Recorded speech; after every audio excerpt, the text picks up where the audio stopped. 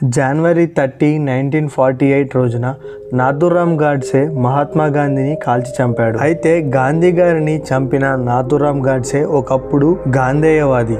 గాంధీ గారి అహింసా మార్గంలో ఆయన అడుగుజాడల్లో నడిచేవాడు. అంతేకాకుండా గాంధీ గారికి వీరాభిమాని. అయితే గాంధీ గారు చేసిన కొన్ని తప్పుల వల్ల నాథూరామ్ గాడ్సే గాంధీని కాల్చి చంపానని చెప్పేసి కోర్టులో చెప్పారు. అయితే ఇక్కడ గాంధీ గారు మన దేశానికి స్వాతంత్రం తీసుకొచ్చారని చెప్పి కొంతమంది, మరికొంతమంది గాంధీ వల్లనే లేట్ అయింది, గాంధీ గారు లేకపోయి ఉంటే ఇంకా కొంచెం ముందే స్వాతంత్రం వచ్చేది అని చెప్పేసి అంటున్నారు. బ్రహ్మచారి ముసుగులో ఒక ఆశ్రమం పెట్టి అందులో అమ్మాయిల పైన శృంగారం ప్రయోగాలు చేసేవాడని చెప్పి మరికొందరు అంటున్నారు. ఇలా శృంగారం పైన ప్రయోగాలు చేసేవాడు అనడానికి ప్రూఫ్స్ కూడా ఉన్నాయి. ఈ వీడియోలో గాంధీ గారు చేసిన తప్పులేంటి, అలాగే ఆయన చేసిన శృంగార కార్యకలాపాల గురించి క్లియర్ గా తెలుసుకుందాం. వీడియో చాలా ఇంట్రెస్టింగ్ గా ఉంటుంది. సో చివరి వరకు చూడండి. వీడియోని లైక్ చేయండి, షేర్ చేయండి, కామెంట్ చేయండి అండ్ అలాగే నా ఈ ఛానల్ వెంటనే సబ్స్క్రైబ్ చేయండి. గాంధీని కాల్చి చంపిన తర్వాత గాడ్సేని అక్కడ ఉన్న పోలీసులు అరెస్ట్ చేసి అదుపులోకి తీసుకున్నారు. గాడ్సేని కోర్టులో ప్రొడ్యూస్ చేసినప్పుడు గాంధీని ఎందుకు చంపావు అని జడ్జి అడిగితే గాడ్సే ఏం చెప్పాడంటే,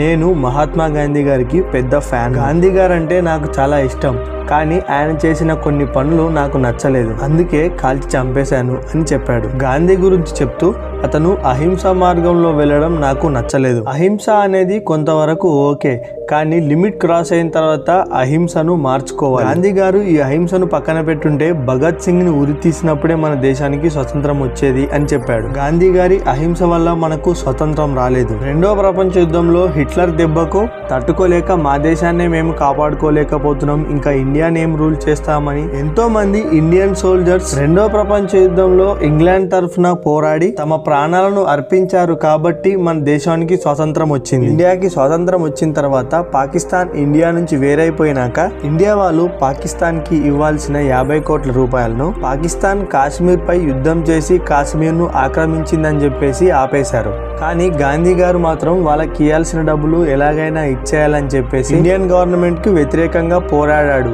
అంతేకాకుండా ఆమరణ నిరాహార దీక్ష చేసి వాళ్ళ డబ్బులు వాళ్ళకి ఇచ్చే వరకు పట్టుపట్టి కూర్చున్నాడు. ఇది నాకు ఏమాత్రం నచ్చలేదు. అంతేకాకుండా గాంధీ హిందువులను ముస్లింలను సమానంగా చూసేవాడు కాదు. ముస్లింలలో తనకు మంచి పేరు రావాలని చెప్పేసి వాళ్లకు సపోర్ట్ చేసేవాడు. హిందుత్వానికి వ్యతిరేకంగా పనిచేసేవాడు. ఆ పేరు కోసం హిందూ దేవాలయాల్లో ఖురాన్ ను చదివేవాడు. కానీ ముస్లింలకు చెందిన మసీదుల్లో ఇంకా దర్గాల్లో భగవద్గీత చదవడానికి భయపడేవాడు. ఇలాంటి కారణాలు ఇంకా ఎన్నో ఉన్నాయి. సో అందుకే నేను గాంధీని చంపాలనుకున్నాను. చివరకు దాన్ని సాధించాను. గాంధీని చంపడానికి 1932లో మొట్టమొదటిసారిగా ప్లాన్ వేశారు. కానీ ఆ టైంలో గాంధీ గారు వెళ్తున్న కారు పంచర్ అవడంతో ఆయన ఆగిపోవాల్సి వచ్చింది. ఆయన ముందు వెళ్తున్న కారు కాంగ్రెస్ పార్టీ ఆఫీస్ దగ్గరికి వెళ్ళింది. అందులో గాంధీ ఉన్నాడు అనుకొని దానిపైన గ్రెనేడ్ వేశారు. అదృష్టవశాత్తు గాంధీ గారు తప్పించుకున్నారు. 1948 జనవరి 20th రోజున గాంధీని చంపడానికి మళ్ళీ ప్లాన్ వేశారు. ఇప్పుడు ఇది మాత్రం గాడ్సే ఆధ్వర్యంలో జరిగింది. దీనిలో భాగంగా గాంధీ గారు స్పీచ్ ఇచ్చి వెళ్లిపోతున్న సమయంలో పక్కన ఒక గ్రెనేడ్ వేయడంతో జనాలందరూ చెల్లాచెదరైపోతారు. అప్పుడు నేరుగా గాంధీ పైన ఇంకో గ్రెనేడ్ విసరాలి. అయితే ఇందులో మొట్టమొదటి గ్రెనేడ్ వేశారు. అప్పుడు జనాలందరూ అక్కడి నుంచి పారిపోయారు. ఇంకో గ్రెనేడ్ వేసే టైంలో అతనికి ధైర్యం సరిపోక దాన్ని విసరకుండా ఆగిపోయాడు. అప్పుడు కూడా గాంధీ గారు తప్పించుకున్నారు. మళ్ళీ జనవరి 30 అంటే 10 రోజుల తర్వాత మళ్ళీ ప్లాన్ వేసుకున్నారు.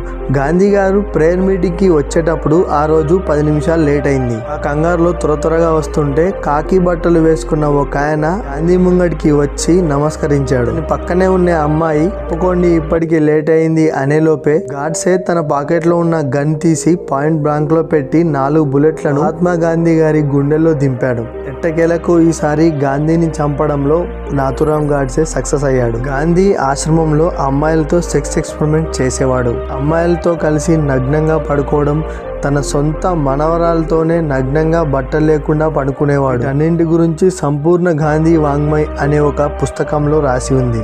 ఇది గవర్నమెంట్ అప్రూవ్డ్ బుక్. సో దీనిలో ఎటువంటి సందేహం లేదు. వీడియో మీకు నచ్చినట్లయితే వీడియోని లైక్ చేయండి, షేర్ చేయండి, కామెంట్ చేయండి అండ్ అలాగే నా ఛానల్ వెంటనే సబ్స్క్రైబ్ చేసుకోండి.